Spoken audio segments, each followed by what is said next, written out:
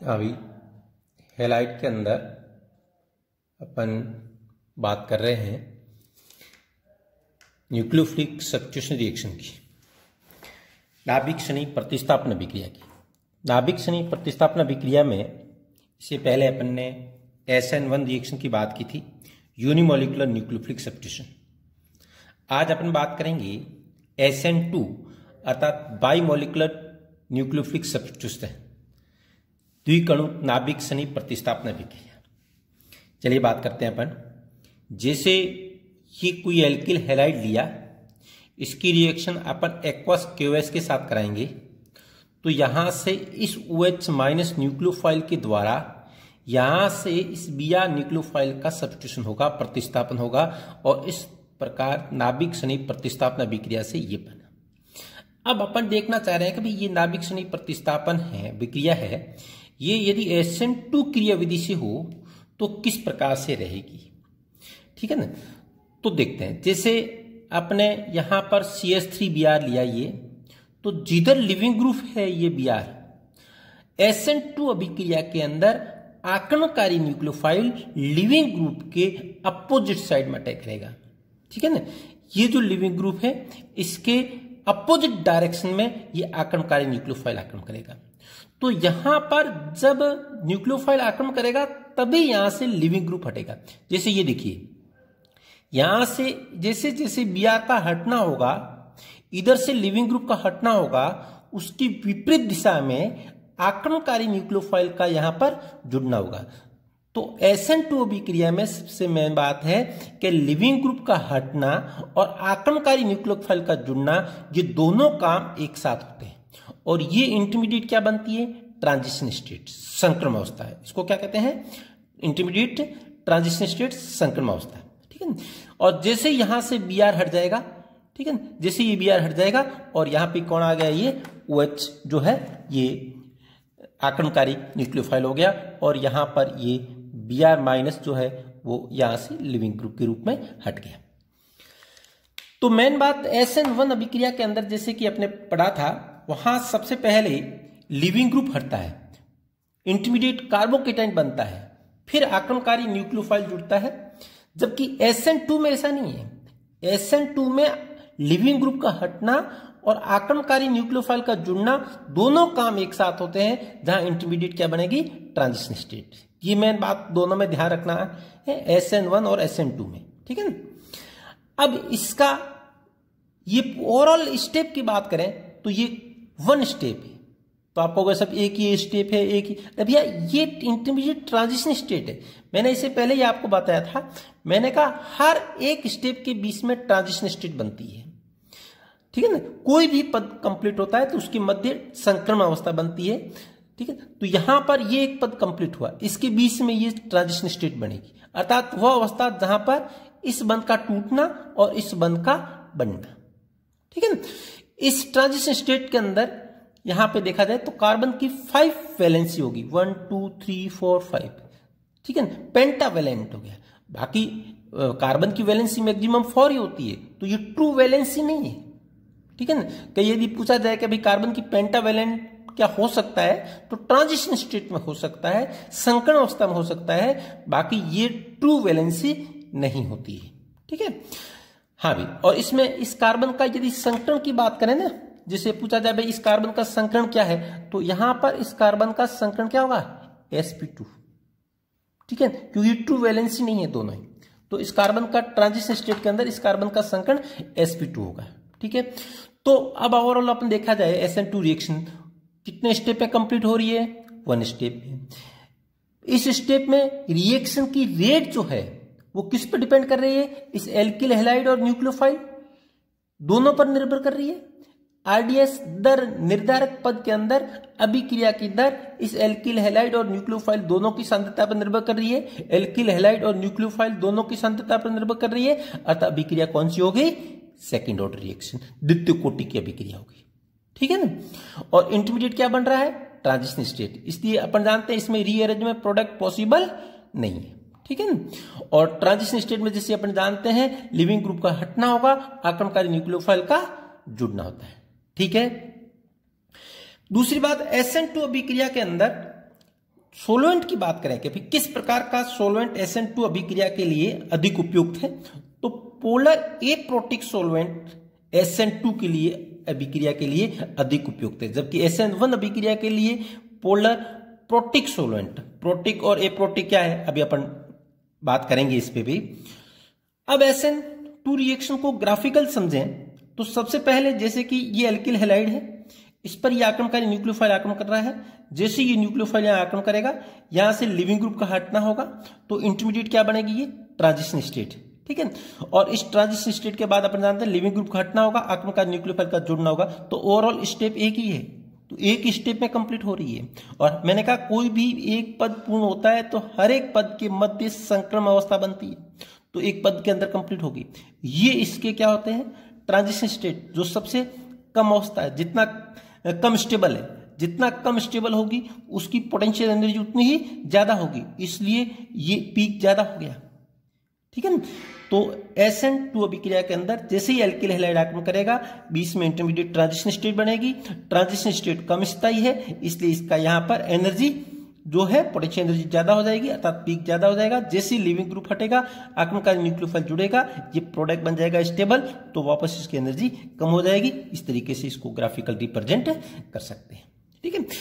Solvent की बात करें, जैसे कि अपने कहा भाई प्रोटिक और एप्रोटिक सोलवेंट क्या है, तो यहां दिखाया गया है प्रोटिक सोलवेंट वो होते हैं जिनमें हाइड्रोजन डायरेक्ट अधिक विद्युत ऋणी परमाणु से सीधा जुड़ा हुआ हो, ठीक है, जैसे oxygen, nitrogen, fluorine. Protic solvent क्या होगा, जिसमें हाइड्रोजन जो है वो डायरेक्ट अधिक विद्युत ऋणी परमाणु से जुड़ा हुआ हो, जैसे कि ये देखिए यहां हाइड्रोजन अधिक विद्युत ऋणी परमाणु ऑक्सीजन से जुड़ा हुआ है, यहां हाइड्रोजन जो है अधिक विद्युत ऋणी परमाणु ऑक्सीजन से जुड़ा हुआ है, यहां हाइड्रोजन डायरेक्ट अधिक विद्युत ऋणी परमाणु फ्लोरीन से जुड़ा हुआ है। तो यहां पर अपन देखा जाए तो हाइड्रोजन डायरेक्ट अधिक विद्युत ऋणी परमाणु से जुड़ा हुआ है, इसलिए ये सारे कैसे हो गए, प्रोटिक सोलवेंट, ठीक है। और पोलर और एपोलर वो डाइपोल मोमेंट के आधार पर देखते हैं, जिसका म्यू 0 है वो नॉन पोलर है, mu is not 0 then polar होंगे, ठीक है। तो यहां अपन बात करें प्रोटिक और एप्रोटिक में क्या अंतर है। एप्रोटिक सोलवेंट जिसमें हाइड्रोजन डायरेक्ट अधिक विद्युत ऋणी परमाणु से नहीं जुड़ा हुआ है, जैसे acetone CH3CH3COO, acetone, dimethylformamide, short रूप से इसको लिखते हैं DMF, ठीक है। इसको शॉर्ट रूप से क्या लिखेंगे, DMF, डाई मिथाइल फॉर्मेमाइड जो है ना DMF, di methyl sulphoxide DMSO, di methyl sulphoxide DMSO, इन सब के अंदर देखा जाए तो हाइड्रोजन डायरेक्ट अधिक विद्युत ऋणी परमाणु से नहीं जुड़ा हुआ है, इसलिए ये सभी सोलवेंट कैसे कहलाएंगे, एप्रोटिक सोलवेंट। और यहां हाइड्रोजन डायरेक्ट अधिक विद्युत ऋणी परमाणु से सीधा जुड़ा हुआ है, अर्थात ये सोलवेंट कैसे हो गए, प्रोटिक। तो प्रोटिक सोलवेंट जो होते हैं, पोलर प्रोटिक सोलवेंट, ध्रुवीय तो है ही, क्योंकि म्यू इक्वल टू इनका भी नॉट 0 है, म्यू इक्वल टू इनका भी नॉट 0 है, ये भी पोलर है, ये भी पोलर है, लेकिन ये पोलर प्रोटिक है, ये पोलर एप्रोटिक है। ये सोलवेंट SN1 अभिक्रिया के लिए अधिक उपयुक्त है और ये सोलवेंट SN2 अभिक्रिया के लिए अधिक उपयुक्त है, ठीक है भाई। नेक्स्ट देखें अपन, अब SN2 रिएक्शन की स्टीरियोकेमिस्ट्री की बात करें। वैसे स्टीरियोकेमिस्ट्री बोर्ड के अंदर यदि बात करें तो इतना नहीं पूछते हैं, लेकिन यदि कंपटीशन की बात करें जेईई की और नीट की, तो ये स्टीरियोकेमिस्ट्री का पार्ट भी पूछते हैं इसको, तो इसको समझ लेते हैं अपन। स्टीरियोकेमिस्ट्री ऑफ SN2 3D के अंदर रिएक्शन की बात करें, जैसे ये किरेल कार्बन है, किरेल कार्बन आप जानते हो, ऐसा कार्बन जिसपे 4 अलग अलग समूह, उसको क्या कहते हैं, किरेल कार्बन। ये किरेल कार्बन है, 4 अलग अलग समूह है, तो ये क्या कहलाएगा, काइरेल कार्बन, ठीक है। अब यहां पे आक्रमणकारी न्यूक्लियोफाइल आक्रमण कर रहा है, इस Br का प्रतिस्थापन किया, ये उत्पाद बना। अब अपन मैकेनिज्म को देखते हैं, जैसे ये अपन स्टीरियो में पढ़ेंगे, वहां पर Fischer projection, wedge projection, Newman projection, sawhorse projection, उसकी स्टीरियोकेमिस्ट्री पढ़ेंगे, वहां पूरी डिटेल से पढ़ेंगे, तब जाके ये बात ज्यादा आपको क्लियर समझ में आएगी। अभी अपन कोशिश करते हैं जितनी बात को समझ पा रहे हैं। तो यहां पर जैसे ये फिशर प्रोजेक्शन में लिखा हुआ है, अभी आप केवल इतना सा यहां पर एक बार समझ लें कि जैसे ये लिविंग ग्रुप है यहां पर है, ठीक है, ये लिविंग ग्रुप है, ये आक्रमणकारी न्यूक्लियोफाइल यहां आक्रमण कर रहा है। जैसे लिविंग ग्रुप का हटना होगा, जैसे लिविंग ग्रुप का हटना होगा, आक्रमणकारी न्यूक्लियोफाइल का यहां पर आक्रमण करना होगा। तो बीच में इंटरमीडिएट क्या बनेगी? ट्रांजिशन स्टेट, ठीक है। लिविंग ग्रुप का हटना, आक्रमणकारी न्यूक्लियोफाइल का जुड़ना, ठीक है। जैसे ये लिविंग ग्रुप हटेगा, आक्रमणकारी न्यूक्लियोफाइल जुड़ेगा। तो क्या देखने को मिला? जिधर लिविंग ग्रुप था, आक्रमणकारी न्यूक्लियोफाइल उसकी विपरीत दिशा में जुड़ा। इसको कहते हैं वाल्डन प्रतिपन, ठीक है, इन्वर्जन कॉन्फ़िगरेशन, वाल्डन प्रतिपन विन्यास। जबकि SN1 के अंदर अपने को क्या देखने को मिला था? SN1 में इंटरमीडिएट कार्बोकेटाइन मिला था, ठीक है। कार्बोकेटाइन था तो उसके दोनों ओर आक्रमण कर सकता था। तो इस वहां रिटेंशन और इन्वर्जन, ठीक है, पुनर्धारण और प्रतिपन दोनों विन्यास का उत्पाद बना था। इसको अपन आप इस तरीके से समझ सकते हो, जैसे कि जरा कोशिश करते हैं अपने यहां पर समझाने का। मैं बात बताता हूं यहां पर, जैसे यहां पर जैसे देखिए, जरा ध्यान दें, ये एक यदि अपन देखें तो यहां पर टेट्राहेड्रल है। जैसे ये लिविंग ग्रुप है, यहां से ये लिविंग ग्रुप हटेगा, ठीक है। जैसे लिविंग ग्रुप हटेगा, इसी साइड आक्रमणकारी न्यूक्लियोफाइल आक्रमण करेगा। समझ रहे बात को? जैसे थोड़ा सा यहां देखने में प्रॉब्लम आएगी, फिर भी कोशिश करते हैं अपन। यहां पर जैसे जैसे ये लिविंग ग्रुप यहां से हटेगा, आक्रमणकारी न्यूक्लियोफाइल इसकी विपरीत दिशा में आक्रमण करेगा। तो ये संकरण अवस्था के अंदर इस कार्बन का यहां पे जो है ना, ये कार्बन बीच में, इसका संकरण क्या हो गया? sp2। इधर से लिविंग ग्रुप का हटना, इधर आक्रमणकारी न्यूक्लियोफाइल का जुड़ना। तो लिविंग ग्रुप किधर था? इधर था। आक्रमणकारी न्यूक्लियोफाइल किधर जुड़ा है? यहां पे इस साइड जुड़ा है, ठीक है, उसकी विपरीत दिशा में जुड़ा है। तो ये क्या कहलाएगा? प्रतिपन विन्यास, ठीक है। जबकि SN2 में क्या होता है? SN2 के अंदर पहले क्या हट गया? Leaving group. इंटरमीडिएट वहां क्या बन जाता है? कार्बोकेटाइन। कार्बोकेटाइन बन गया इंटरमीडिएट। तो फिर आक्रमणकारी न्यूक्लियोफाइल इधर से भी आक्रमण कर सकता है, इधर ही आक्रमण कर ले। यदि जिधर पहले था तो पुनर्धारण विन्यास हो गया, और इधर आक्रमण करे तो प्रतिपन विन्यास हो गया। ये किसमें होता है? SN1 के अंदर। अपन अभी किसकी बात कर रहे हैं? SN2 में। SN2 में इंटरमीडिएट कार्बोकेटाइन नहीं बनता है। यहां पे क्या होगा? लिविंग ग्रुप का हटना होगा, आक्रमणकारी न्यूक्लियोफाइल का जुड़ना होगा। तो इंटरमीडिएट क्या बनेगी? ट्रांजिशन स्टेट, ठीक है ना। तो आक्रमणकारी न्यूक्लियोफाइल उसकी विपरीत दिशा में जुड़ेगा। हाँ भाई, तो SN2 में प्रतिपन विन्यास का उत्पाद प्राप्त हो रहा है, जैसे कि दिया गया है, ठीक है भाई। रेट ऑफ SN2 रिएक्शन की बात करें कि भाई SN2 अभिक्रिया की रेट कैसे देखें, तो ध्यान देना, वहां अपन SN1 अभिक्रिया की रेट कैसे देख रहे थे? SN1 अभिक्रिया की रेट देख रहे थे स्टेबिलिटी ऑफ इंटरमीडिएट कार्बोकेटाइन, अर्थात जितना स्टेबल कार्बोकेटाइन बनेगा SN1 अभिक्रिया की रेट उतनी ही ज्यादा होगी। SN2 अभिक्रिया की रेट देखनी है आपको, तो stability of intermediate transition state, ये इंटरमीडिएट जो ट्रांजिशन स्टेट है, ये जितनी स्टेबल बनेगी SN2 अभिक्रिया की रेट उतनी ही ज्यादा होगी। अब आप कहोगे साहब स्टेबिलिटी कैसे देखें, ट्रांजिशन स्टेट की स्टेबिलिटी कैसे देखें? इंटरमीडिएट कार्बोकेटाइन की स्टेबिलिटी तो अपने GOC में देखी थी, ठीक है ना, लेकिन ट्रांजिशन स्टेट की स्टेबिलिटी कैसे देखें? तो ट्रांजिशन स्टेट की स्टेबिलिटी देखी जाएगी किसके आधार पर? त्रिविमीय बाधा के आधार पर। जितना ज्यादा स्टेरिक हिंड्रेंस होगा, संकरण अवस्था की स्टेबिलिटी उतनी ही कम होगी। तो stability of transition state is inversely proportional to steric hindrance. ध्यान दें भी है बात को, ये इंपॉर्टेंट बात है। जितना अधिक त्रिविमीय बाधा होगी, संकरण अवस्था का स्थायित्व उतना ही कम होगा। अब जैसे एक दिया जाए आपको order of rate of SN2 reaction, जिससे इन सब की आपको SN2 अभिक्रिया की जो है दर का क्रम लिखना है। तो जैसे देखिए CH3Br, CH3CH2Br, ठीक है, ये 0 डिग्री, 1 डिग्री, 2 डिग्री, 3 डिग्री है। तो इधर से इधर जा रहे हैं। लिविंग ग्रुप जिस कार्बन पर जुड़ा हुआ है, लिविंग ग्रुप जिस कार्बन पर जुड़ा हुआ है, वहां जितनी अधिक त्रिविमीय बाधा बढ़ती जाएगी, आक्रमणकारी न्यूक्लियोफाइल को आक्रमण करने की प्रोबेबिलिटी कम होती जाएगी, अर्थात SN2 अभिक्रिया की रेट कम होती जाएगी, ट्रांजिशन स्टेट बनने की पॉसिबिलिटी कम होती जाएगी, उसकी स्टेबिलिटी कम होती जाएगी। तो इधर से इधर जाने पर त्रिविमीय बाधा बढ़ रही है, ठीक है। ट्रांजिशन स्टेट जो बनेगी उसका स्थायित्व कम होगा, अर्थात रेट भी कम होगी। इसलिए ध्यान रखना 0 डिग्री, 1 डिग्री, 2 डिग्री, 3 डिग्री में सबसे ज्यादा किसकी होगी? 0 डिग्री, ठीक है। उससे कम SN2 रेट हो जाएगी 1 डिग्री, उससे कम हो जाएगी 2 डिग्री, उससे कम हो जाएगी 3 डिग्री, क्योंकि 0 डिग्री से 3 डिग्री की तरफ जाने पर त्रिविमीय बाधा बढ़ेगी। तो त्रिविमीय बाधा बढ़ेगी, क्या होगी? इंटरमीडिएट ट्रांजिशन स्टेट कम स्थायी होगी। इंटरमीडिएट ट्रांजिशन स्टेट जितनी कम स्थायी होगी तो SN2 की रेट कम हो जाएगी। अब जैसे बेंजाइलिक हैलाइड लिया, ये बेंजाइलिक हैलाइड है, तो benzylic halide 1 degree, benzylic halide 2 degree, benzylic halide 3 degree. तो यहां पर भी बेंजाइलिक 1 डिग्री से 2 डिग्री, बेंजाइलिक 2 डिग्री से 3 डिग्री तरफ जाएंगे त्रिविमीय बाधा बढ़ेगी, जितनी त्रिविमीय बाधा बढ़ेगी स्टेबिलिटी कम होती जाएगी, अर्थात SN2 की रेट भी कम होती जाएगी, इसलिए इधर जा रहे घट रही है। ये allylic 1 degree, allylic 2 degree, allylic 3 degree लिया, तो यहां पर भी एलाइलिक 1 डिग्री से 2 डिग्री जाएंगे, 2 डिग्री से 3 डिग्री की तरफ जाएंगे, तो त्रिविमीय बाधा बढ़ेगी। त्रिविमीय बाधा बढ़ने पर अपन क्या कहेंगे,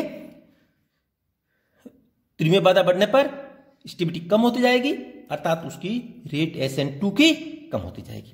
एक और अपन इसमें काफी आगे और बातें डिटेल करते हैं कि भाई एलाइलिक और बेंजाइलिक होते हैं, ठीक है ना। एलाइलिक और बेंजाइलिक ये आसानी से SN1 भी देते हैं और आसानी से SN2 भी देते हैं। आसानी से SN1 इसलिए देते हैं क्योंकि स्टेबल कार्बोकेटाइन बनता है, और आसानी से SN2 इसलिए देते हैं क्योंकि इसमें इंटरमीडिएट जो ट्रांजिशन स्टेट बनती है उसमें p ऑर्बिटल की ओवरलैपिंग होती है, इसके कारण ज्यादा स्टेबल होती है। जब ये अपन बात क्लास में करेंगे डिस्कस, तब सारी बात इसको डिटेल से एक्सप्लेन कर पाएंगे, ठीक है ना। हाँ भाई, next favourable condition for SN1 and SN2। अब अपन के भाई किस कंडीशन में अपन SN1 कराएं और किस कंडीशन में SN2 कराएं, तो जरा ध्यान रखना, गुड लिविंग ग्रुप देखना है। जितना गुड लिविंग ग्रुप होगा SN1 रिएक्शन उतनी ही आसानी से होगी। अब आपको गुड लिविंग ग्रुप का क्या है, यदि लिविंग ग्रुप पर पॉजिटिव आ जाए, जैसे एल्कोहल के अंदर अपन बात करेंगे, यदि लिविंग ग्रुप पर पॉजिटिव आ जाए तो गुड लिविंग ग्रुप हो गया, वहां SN होने की पॉसिबिलिटी ज्यादा होगी। बाकी हैलाइड भी गुड लिविंग ग्रुप होता है, ठीक है ना, लेकिन हैलाइड के अंदर अपन कहेंगे केवल लिविंग ग्रुप के आधार पर अपन ये डिसाइड नहीं कर पाएंगे कि हाँ केवल लिविंग ग्रुप के आधार पर कि SN1 है या SN2 है। हाँ, एक फैक्टर है, देखने का एक फैक्टर है, ठीक है ना। यदि गुड लिविंग ग्रुप है तो वो फेवरेबल कंडीशन है SN1, और मॉडरेट में मध्यम सामर्थ्य का, और दुर्बल लिविंग ग्रुप है तो वो फेवरेबल कंडीशन किसकी है, SN2 की। दूसरी बात अपने का सॉल्वेंट की बात करें, पोलर प्रोटिक सॉल्वेंट जैसे कि आपने पीछे एक्सप्लेन किया किसके लिए है, SN1 के लिए, और पोलर एप्रोटिक सॉल्वेंट किसके लिए है, SN2 के लिए, ठीक है।